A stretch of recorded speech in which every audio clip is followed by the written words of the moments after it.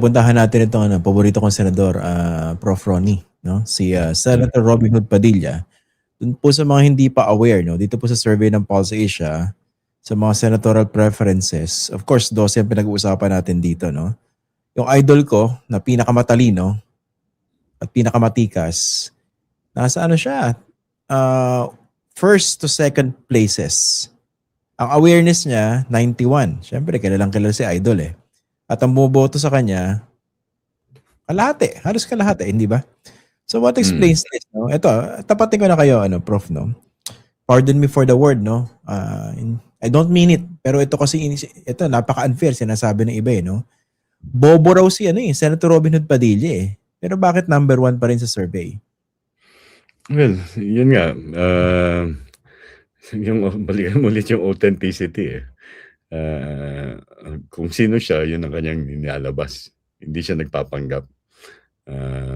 So, wala siyang pagpapanggap, no? Although, of course, you can say na yung mga sinasabi niya mukhang hindi naman niya pinapaniwalaan kung ikaw ay kritiko ni Robin Padilla. Pero yun, ang pagkakilanlan sa kanya ay yun, siya ay Robin Padilla. Siya ay kaalyado ng mga Duterte. Yung pagiging kaalyado na ng mga Duterte, malaking bagay na yun para makakuha siya ng suporta. Kasi pag hinimay natin yan, Christian, and tinignan ko na yung regional breakdown na itong pre-election preference. Pag tinignan mo yung regions 9, 10, 11, at saka BARM, lahat ng Mindanao, 90% o higit ang bumoboto kay Robin Padilla. Number 1 siya sa lahat ng era na yun.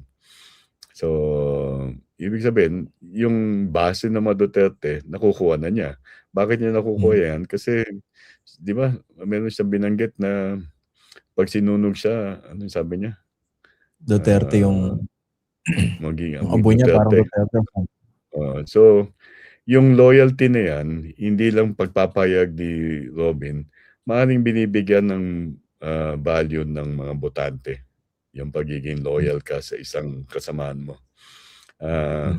Pero hindi man tayo dapat masyadong medyo malungkot kasi hindi namang nalalayo yung standing kung tatakbo si Mayor ng Pasig na si Vico Sotto, no? I know ano to no? 12 naman ang pinipili rito no? Diba ang tawag dito multi-member plurality system, no? 12. Yes. Yeah. Okay. Pero pag tinignan natin yung nag-top dito sa senatorial preferences ninyo, parang may paliwanag naman definitely, pero number 1 si Robin. Tapos number 2, Vico. Pag kinumpare naman yung dalawa, layo. so how do you explain that? Bakit ganon? Yun nga, iba-ibang panlasa ng botante, Christian. Kumbaga, kung may boboto kay Robin, may boboto rin kay Vico. Banggitin ko rin, no? Dito sa survey nito, napakababa ng fill-up rate. 7 lang ang pinipili. Talaga?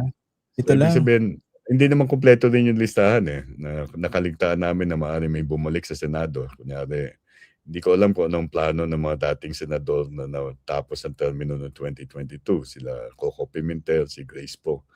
Maaaring isama ang mga pangalan nila sa susunod na survey. So hindi pa man pirme itong listahan na ito. Pero iba-ibang panlasa merong boboto kay Vico na hindi boboto kay Robin. Merong boboto kay Vico na boboto rin kay Robin.